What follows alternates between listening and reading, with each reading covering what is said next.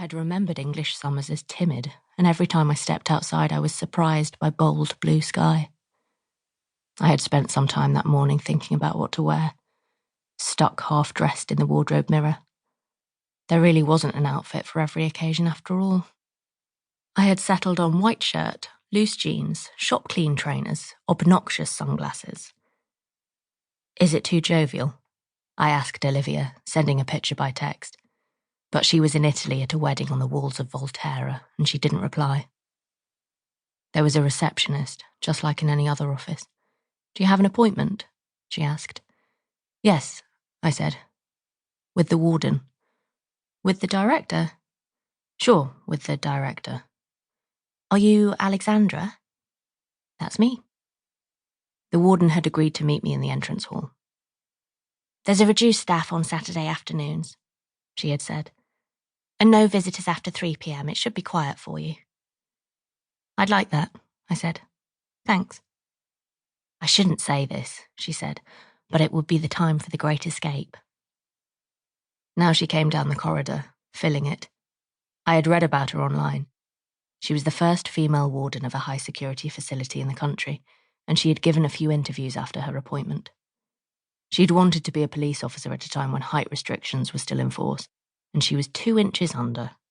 She had discovered that she was still tall enough to be a prison officer, which was illogical but okay with her. She wore an electric blue suit. I recognised it from the pictures accompanying the interviews, and strange, dainty shoes as if somebody had told her they might soften her impression. She believed absolutely in the power of rehabilitation. She looked more tired than in her photographs. "Alexandra," she said, and shook my hand. "I'm so sorry for your loss." "I'm not," I said, "so don't worry about it." She gestured back to where she had come. "I'm just by the visitors' centre," she said. "Please." The corridor was a tepid yellow, scuffed at the baseboards and decorated with shriveled posters about pregnancy and meditation. At the end there was a scanner and a conveyor belt for your belongings, steel lockers to the ceiling. "Formalities," she said. "At least it's not busy." "Like an airport," I said. I thought of the service in New York 2 days before. My laptop and phones in a grey tray and the neat, transparent bag of makeup which I set beside them. There were special lanes for frequent flyers, and I never had to queue. "Just like that," she said. "Yes."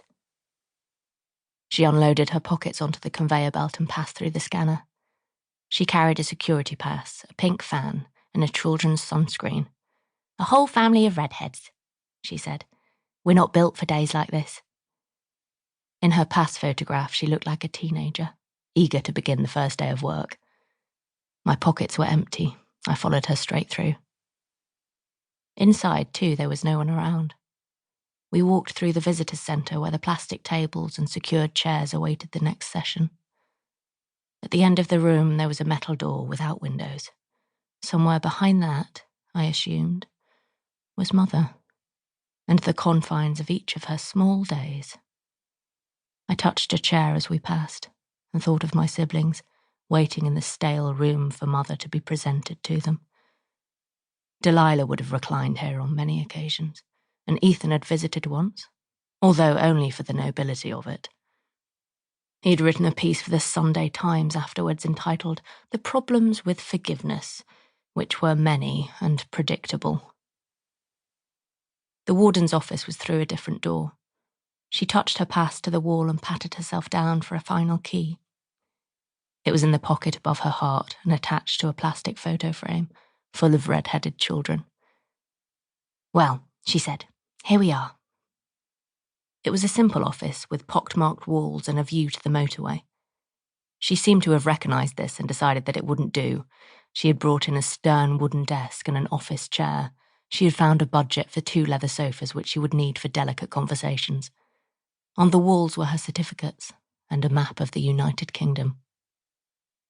"I know that we haven't met before," the warden said, "but there's something I want to say to you before the lawyer joins us." She gestured to the sofas. I despised formal meetings on comfortable furniture. It was impossible to know how to sit.